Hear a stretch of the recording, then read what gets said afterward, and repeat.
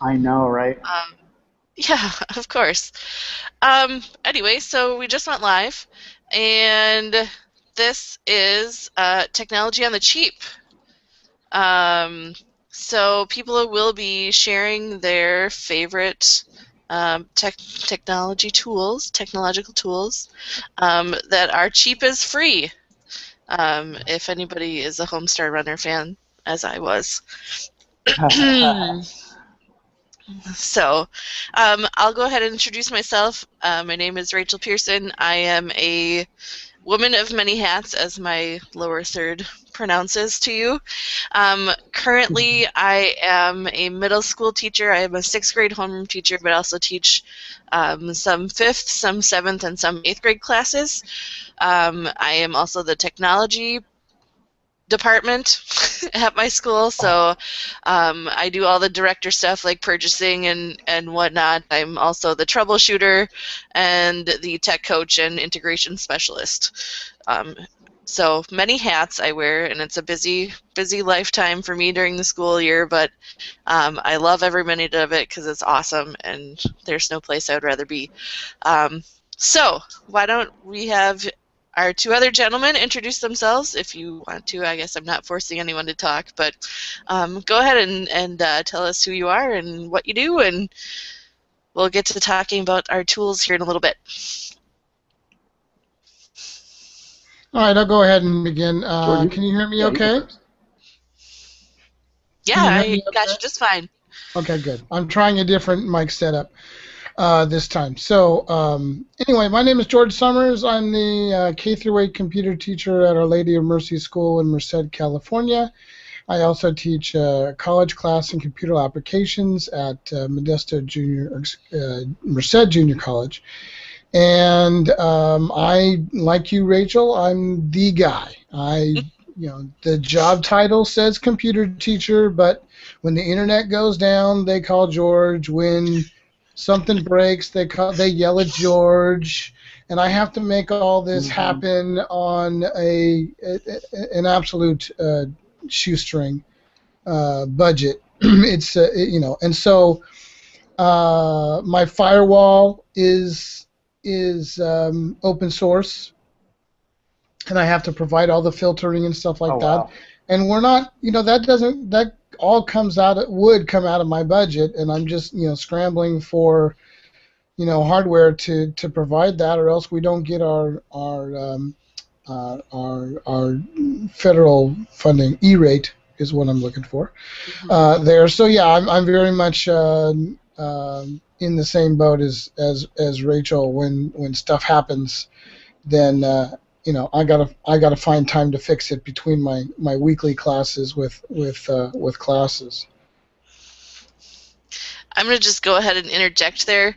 I I went to Disney World with my family, and the first day I was gone, it was a Monday.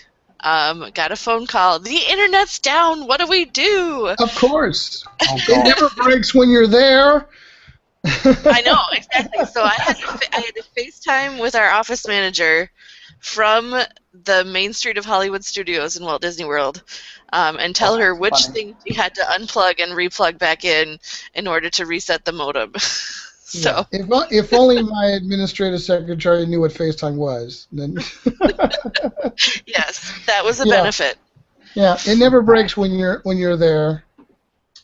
I have a Windows server that always wants to update and then restart. And if I've got a USB hard drive plugged into it, and for some reason that I cannot figure out, when it reboots after the updates, at whatever time in the morning it does that, early in the morning, it wants to boot off the hard drive. And there's nothing on the hard drive, so no server, no internet, no, yeah. So it's frustrating. I'm sure we could swap stories.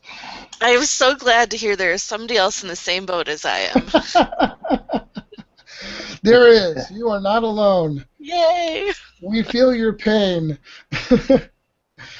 If nothing else, this can be a therapy session. Very true. Who else we got? Teresa said that she is going to just lurk and type, so I guess I'm the other one. My name is Chris.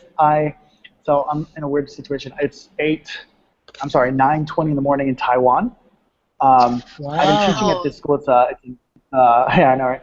It's American high school, so like American curriculum, like high school in Taiwan. I've been teaching it for the last 5 years, and I'm like literally unemployed right now because I just ended like our school year, and in about 3 weeks I'm about to start working in Northern California. So I'm kind of in between jobs right now.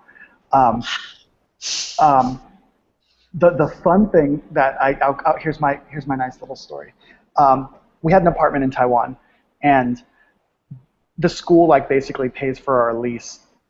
And so since I stopped working at our school, they stopped paying for our lease, and so we had to move out. Our school has like a guest room though, so we moved our entire, like my wife and I moved our entire lives from like our like couple of room apartment to just this one little small guest room at the school, just so we could squat for a couple of weeks while we're waiting to move to California. Um, and so I'm like living at our school, which I bet you can imagine what that would be like if like what you've talked about, like with like being the tech support thing. Now take that, but like you literally don't leave the building Don't get like to leave. all of the time. Oh no. Yeah, like seriously, like I sleep here, and so and I like I said, I'm not working even at our school technically anymore. But basically, about once or twice each day, I'm still getting iMessages, and I'm still getting like chats of like, hey, how do you fix this? And this kid's iPad is frozen. What am I supposed to do? So like yeah, it's a blast. Awesome. Well, I guess I'll go ahead and share. Um, we are very fortunate to be able to do um, Chromebooks with our 6th through 8th graders. We're working on expanding that, but it's being a small parochial school. It depends on which fundraisers running this year and if they're going to actually put the funds towards the computers or not. So we are very, very grateful to be able to have Chromebooks for our 6th through 8th graders. And one of, I guess, the thing I use, obviously, outside of Google suite of tools, is KidBlog. My kids love to blog, and they love sharing their blogs with people all over the world. And if we have the opportunity, say, to do like a Skype chat with someone or a mystery Skype, and we send them out our blog link, and I got a comment from someone from, even as close by as Minnesota or Michigan. They're like, that's so cool that someone else read what I wrote. And so I'm going to put my hearty stamp of approval on KidBlog, which is free, but you can pay for more if you want. So it's been a great tool for us to use. I've heard really good things about KidBlog. I like it because it gives the kids the ability to feel like they're running their own blog, but it also gives me the control of reading everything before I put it out there for the rest of the world to see. Like, are you sure you want to talk about that in this? I think you can fix your spelling a little bit. Yeah. Is it in its own? I think somebody told me that it's like mostly in its own I would say we're semi. Yeah. Yep. So we have, well, the past couple of years I've had, like 20, 22 kids in the class. This year I will only have 12. So it'll be, I'm appreciative of the fact that I get to actually build better relationships with them. At the same time, being their homeroom teacher, we're semi-departmentalized, so I only have them for like 4 classes a day, and then the other 4, they have other teachers. So hopefully I can work with the other teachers that they're working with to get more streamlined as far as technology stuff goes. But that's beyond the point right now. So anyway, someone else take the floor. Rachel, you're at is it a Lutheran school? Is that what I saw on Twitter or Correct. something? Yep. I had to go spy on you because when you said parochial school, I was like, oh, what? Our school's a Seventh-day Adventist, so I get Okay. your Yeah. small Mhm. Christian school, kind of on that Yep. wave shoestring, like make your own, right? Mhm. If it ain't Yep. You do free, with it what ain't you can happening. find. Very true. Yeah, we're the first. Well, we were the first, one-to-one iPad school in Taiwan, and actually like the first one-to-one school in like our Adventist school, like worldwide network. Um, and that's kind of been a cool experience, just because like obviously we have a lot of cool tech in the classroom. But our system is a little bit different compared to a lot of other schools because our students own their own devices. Like we just tell them like, you show up with your iPad, we'll give you the textbooks, but it's not now like we own them. So if the kid breaks it, it's his or her problem. So it's Because like on our their school students have supply quite a list. bit of money. It is their school supply list. Like that's it. Our textbooks are PDF'd. And so yeah, it's kind of been a different challenge. So like as far as like us with our budget side of it, it's kind of weird because like every kid has the iPad. I think for the most part, like when our program started, I think many of the people who were in charge thought that, okay, well, you buy the iPad and then everything else will just kind of fall in. And when you have like a device like that, I mean, it does a lot of cool stuff, but you still got to buy the apps. You need the add-ons. If you want a kid to, type something, they can't type on the screen legitimately. Like you don't want them to type a paper on a screen. So you need to get like the keyboard and this and that. So then there's like the game of trying to like, you can't really mandate it on our end, but like strongly encourage it. And then on the other side, then you have teachers who are like, I want to do this. How do I do this? And you're like, well, there's an app for it. Cool. Can we get it? No, we can't really get it. I'm a big proponent of keyboarding. I know some high schools are their Google Docs and they have their English classes type their papers on an iPad. I just don't see that as being as a valid. They still need to know how to keyboard. I teach keyboarding. We use Typing Club for that, and I actually set them up with accounts and assign it for homework. The one thing that's not working is the timing. If I say go home and this week do an hour of Typing Club, and I go into the reports, they say, well, I did an hour, but it only shows that I did it for 20 minutes. So I don't know whether that's a Typing Club thing or whether they stared at the computer for 40 minutes. And I said, well, it's actual typing time, the time that you typed. So I don't know. I'm still getting used to that. But keyboarding is really important. We're about to go one-to-one. We're about to go Chromebook.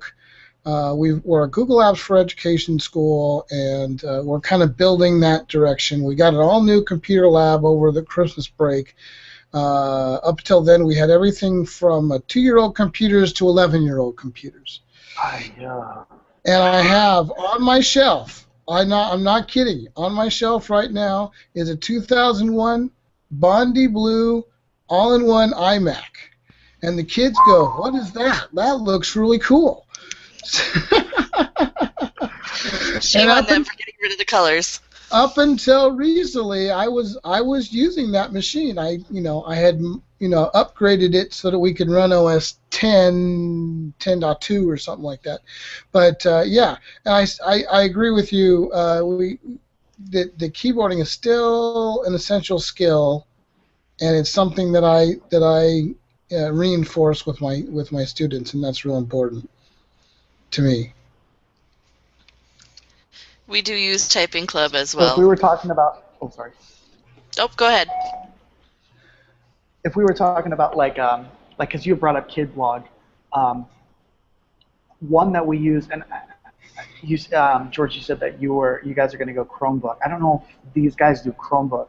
I know they specifically are iPad. But there's an app that we just started using this year, free app that's called Showbie, and it's spelled dumb. I'm going to put it in the sides. I've heard of it. SHOWBIE. Yeah, and it's just like it's kind of like a light learning management.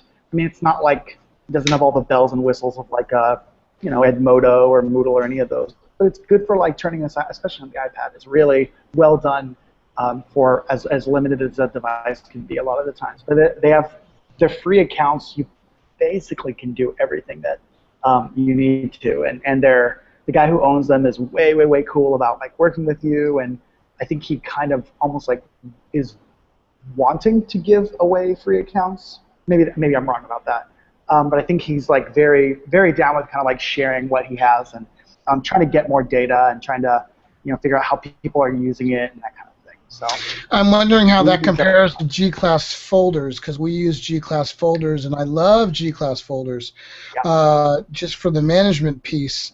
And it really is helpful in tracking those assignments.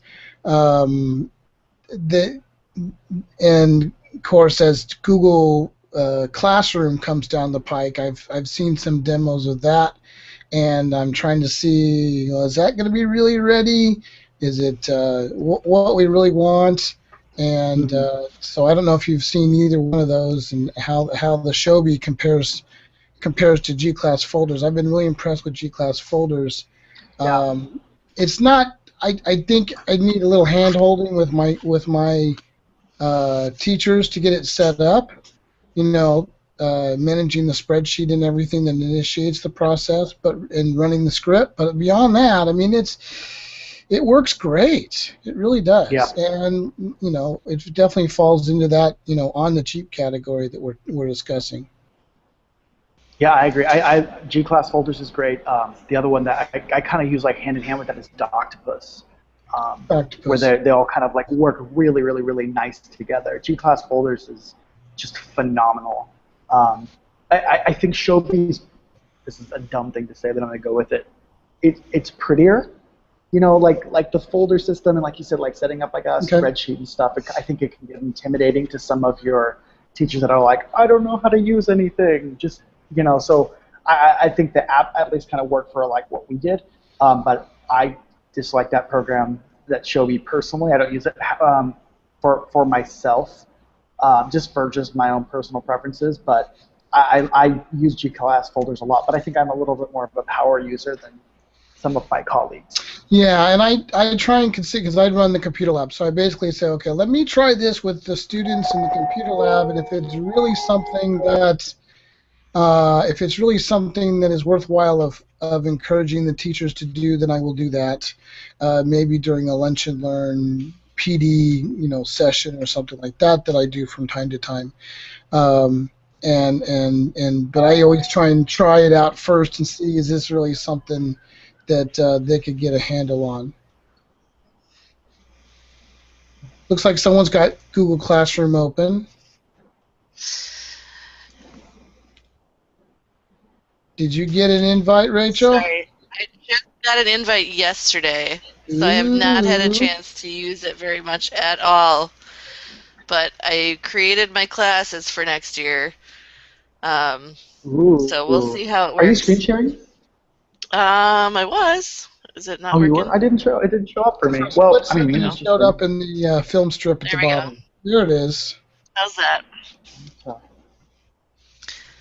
There you are. So, okay. Yeah. So it looks kind of.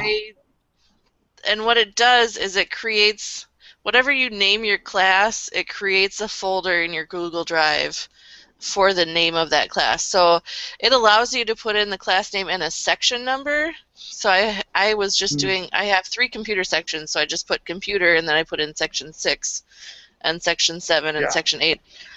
But then when I went back to my Google Drive, all 3 of those folders were just named computer, and I'm like, well, how am I supposed to know which one's which in my drive? Yeah. So, what you can. Go ahead. What you can do, there's basically gives you a page for each class where you can do announcements, where you can add in files, things from Drive, YouTube videos, or links to other places. Or you can have them or put assignments in here. That's basically what I know about it so far. I haven't played around with it enough to really know what to do. So the demos that I've seen, basically what happens is you create an assignment, and you can set it so that when the students open it up, it automatically makes a copy, and then appends their first and last name to the end of their assignment. But then here's the problem. You're locked out of the document. While they're working on the document, you cannot collaborate with them. It's not shared out at all. Oh, man. That's something I think they're going to need to work on. And then what happens is student works up the assignment, submits the assignment to the teacher.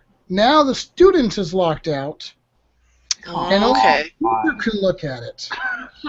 And then the teacher can open it, assign grades or whatever, and then it gets graded if you want to do that, and then sent back to the student. I think what's going to have to happen if you want that formative assessment piece, because that's what Google Drive is really good at. If you want the formative assessment piece, what you're going to have to do, this is just my own thinking, at the way it stands right now, and I know it's a demo, is basically you might have like a scheduled draft that said, okay, by this time submit your draft. And they submit the draft of the assignment, and the teacher looks at it, makes some comments, and sends it back to the student, and then the student can keep working on it. So maybe that it's more of a regulated, there can still be that formative assessment, but you got to do it in stages. You can't just jump into the document like you can if it was G-class folders or something, and see if they're working on it, if they saved it in the right folders. So because with G-class folders, they have to make sure they get it in the assignment folder for you to see it, and that's a training that you have to do with the students. Well, but while they're working on it, the teacher cannot look at it, and that's, I think, is something they're going to have to work on. Well, and let's be real, like the game changer on Google Docs, like the thing that made all of us gasp collectively, that made it different than like like an Evernote or any of the Microsoft crap that was offered up to that point, was that live editing, live collaboration. That freaking blew us up. Did it not? Yeah. Like so to have like the, here teacher, I'm going to work on this by myself, then hand it over, and then you go work on it by yourself, and then hand it back. Like, that's what I have now, but it's paper. Yeah. So like you just killed off the best feature that you have. You're doing the same thing digitally, and that I think is unfortunate. But I think it's still in beta, and Google's really good about listening to teachers. So I'm going to give them the benefit of the doubt that they're going to hear that. And there was a good demo by the Google Educast. I listen to a lot of podcasts, and if you go on YouTube, look for Google Educast. They did a really good demo of it, and there's another one out there I can't put my finger on right now, where they were discussing that being one issue. But other than that, it's really easy because you can give the students a code to enroll in your class. So you can set up the class, and you can give them a code, and the code the enrollment piece setting it up is really easy. Mm-hmm. So I guess it depends on what you're doing and how much of that, depending upon the assignment, you want to do. There's no grade book either. It's just you can give them a grade and you can list them list out their grades, but there's no grade book. There's no calculation. It doesn't do numerical to grade value, that kind of thing. So I think it's definitely a good starting point. I had used Edmodo a little bit. I think I'm one of the few people who just don't get the hype behind Edmodo. I mean, it's free, so that's cool. I like Schoology. I'm kind of hard in their side. But they kind of this looked like what with the screenshots that the sharing that you were doing, Rachel, kind of looked kind of similar to how Schoology is set up. But it's interesting, George, like what you said, like kind of underneath it sounds like it's almost like a face, and then underneath is that structure of Drive that we all know, and I don't know if we love it, but at least we know it. Yeah. I think it'll develop, and I'm glad that they're doing it, because I definitely think it need to be done. I've looked at Schoology, haven't really delved into it too much. I know that's getting a lot of buzz. At the K through 8 level, I'm trying to figure out how much I can really get away with some of that social stuff, and I kind of feel like, well, we're making a Facebook, but that's not my goal, but that's kind of what it looks like, Yeah. and then like, wait, we're doing what now? Well, and then Schoology, I know, had done a pretty good job of like having. It's not as like high functioning as some of the grade books that we use, but just for like getting the job done, I did like Schoology's kind of like their built-in grade books kind of hot. They also have like a lot of cool options for like quizzes. Like if you do like an online quiz, Yeah. like besides like the matching and the fill in the blank and stuff like that, they do a pretty decent job with that. Now I heard that with the Google spreadsheets that they broke a lot of the scripting. Has anyone done the Flubaroo stuff with the new spreadsheets, and does that I have work? not tried yet. I don't know. Because I'm I wondering. haven't tried Flubaroo. Sorry, I hadn't tried Okay. Flubaroo. I know a couple of the things that we're scripting. I mean, like a lot of it's just like it's called what is it, add-ons now. There's a Add-ons. couple of things. I think either G-Class or Doctopus, one of those two, look like it disappeared, but it's called add-ons now, and it functions exactly the same. Okay. And so I had at least hopes that when they transfer that over on Fluber, would do the same thing, because that's, I mean, talk about like a haiku of a program. That just simple and gets the job done, man. Yeah. Absolutely. Absolutely. It's not cute, it just does it. Yeah. Well, I think they extended the time a little bit, but according to Twitter, we were supposed to be done at 8:40 my time, 40 after the hour. So I want to thank you guys. I had a really good time chiming in with you and talking with you about ways that we can find cheap ways to fulfill our technology goals. So I'll encourage everybody to go back to the main video for the demo slam at the end of the EdCamp tonight, and it was super getting to meet you guys, and hopefully we can share more on Twitter and Google Plus in the future. A real pleasure. Cool. Thank you, Nice to Rachel meet you guys, too. and Chris. This was great. Have a great day or night. Yeah. You guys too. All right. Bye-bye. Bye now.